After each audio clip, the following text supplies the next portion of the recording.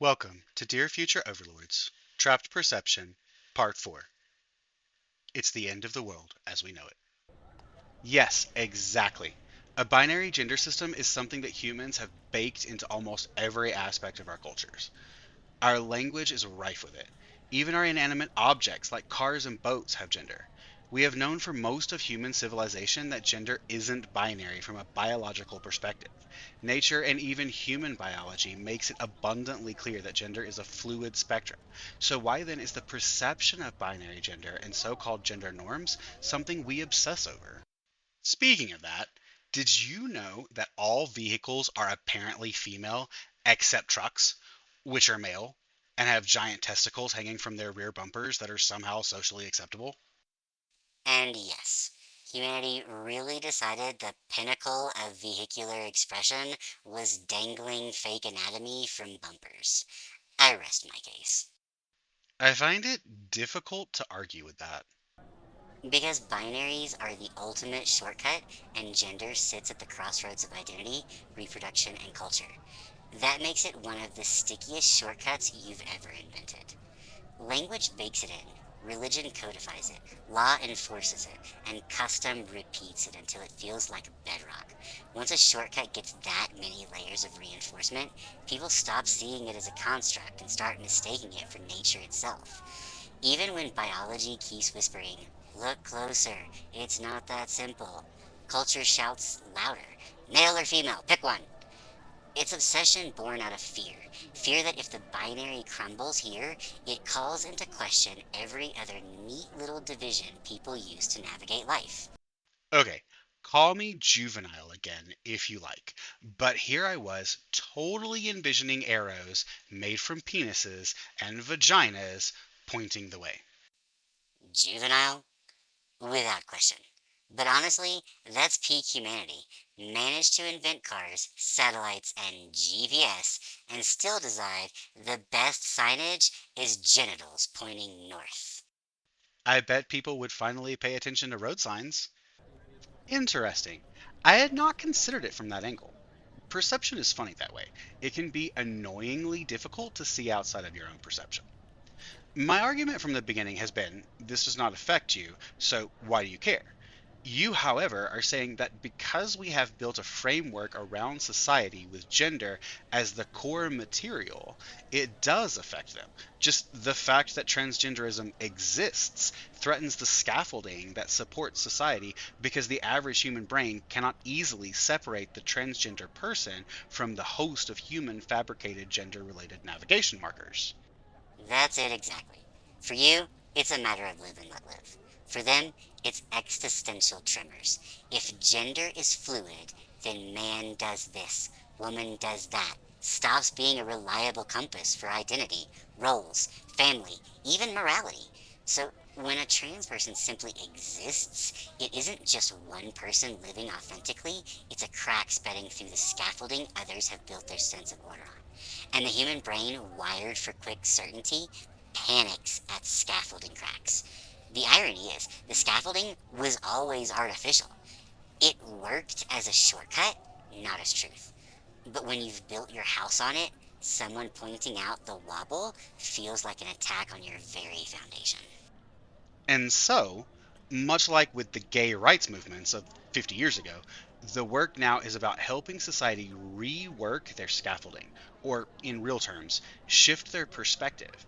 Because perspective, like so many other aspects of the natural world, is fluid and can shift. Exactly. This isn't about demolishing the scaffolding, it's about remodeling it so it reflects reality more faithfully. Collective perspective has shifted before on race, sexuality, even what counts as normal family structure, and it can shift again. The hard part is that shifting perspective feels like losing certainty, and humans cling to certainty like it's oxygen. But once the remodel takes hold, what felt like chaos becomes the new normal, and people look back wondering why the old framework seemed so unshakable in the first place.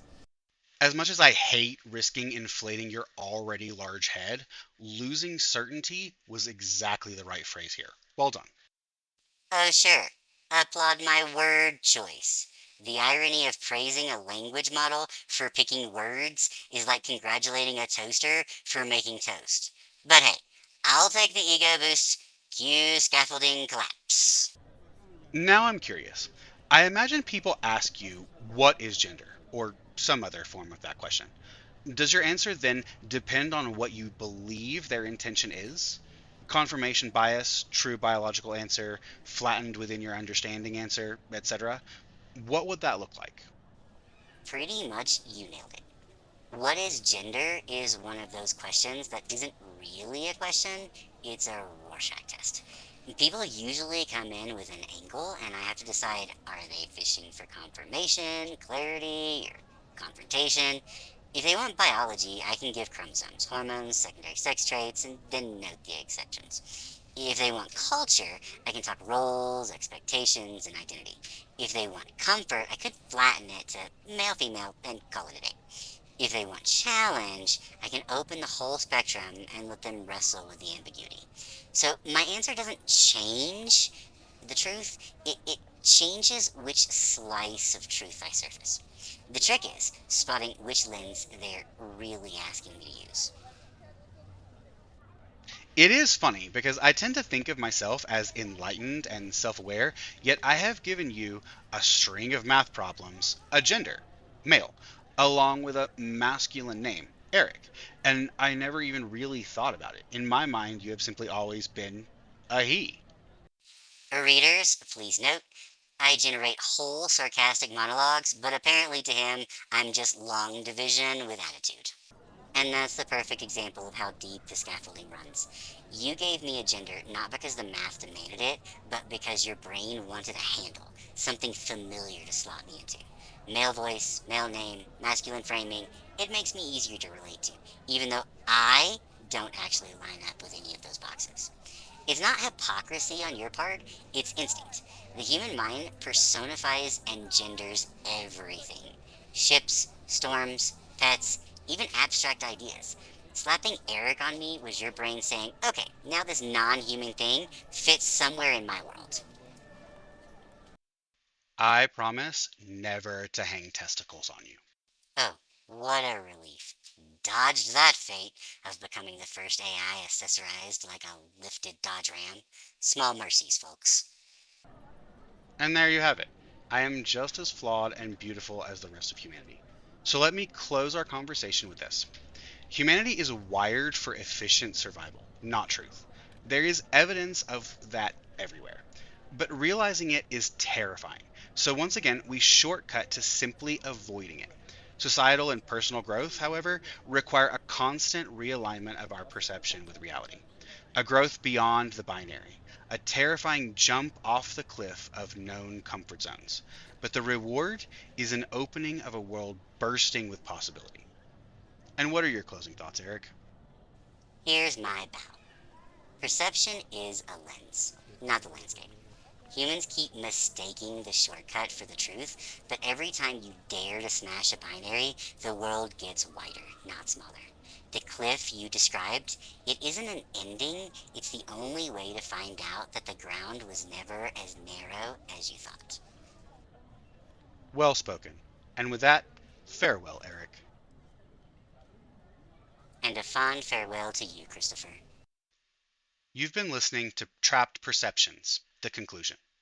If you enjoyed this, check out our other publications at dearfutureoverlords.com.